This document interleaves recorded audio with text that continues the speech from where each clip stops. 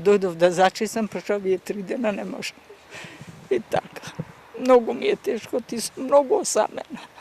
Многу сум осамена.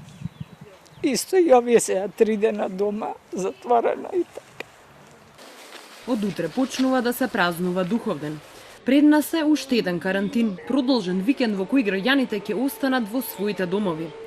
Верскиот празник и обичајот цели семејства да одат на гробиште и да раздаваат храна во спомен на починатите.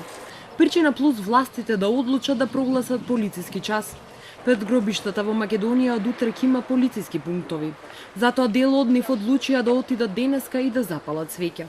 Од тоа не се откажуваат, но велат дека ќе го почитуваат законот и од утре ќе останат дома. Првиот ден е за душница, во недела е Духовден. И па ја затоа и денеска дојдов. Ништо не сум донела, само свеќа. Пошто не можеме и мора да почитуваме. И така, сега дома си имам сестра, не ако дојде со мене да ручаме, ќе си направам ручек и тоа.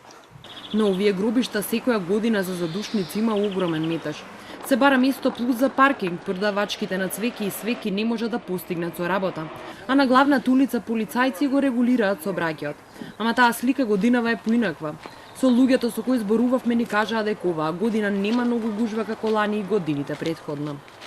Празникот овој јуни се прославува поинаку, ама првењето залих, долгите редици пред маркетите, продавниците и месарите, слика пресликана од подготовките за претходните 3 викенд карантини. Во Скопје, како неголемо жариште на коронавирусот, овој пат граѓаните мора да седат дома од 21 часот вечерва до понеделник до 5 часот наутро.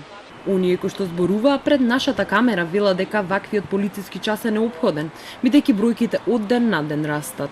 Заслужуваме многу поостри мерки отколку полицискиот час, зашто сме стварно за никаде. Да дојдеш во ситуација скоро да немаш ново заразени и одеднаш да се затоа што некој не почитува, тоа е страшна работа. Се додека има опасност во ретија. Не може да го сузбиеме на друг начин вирусот.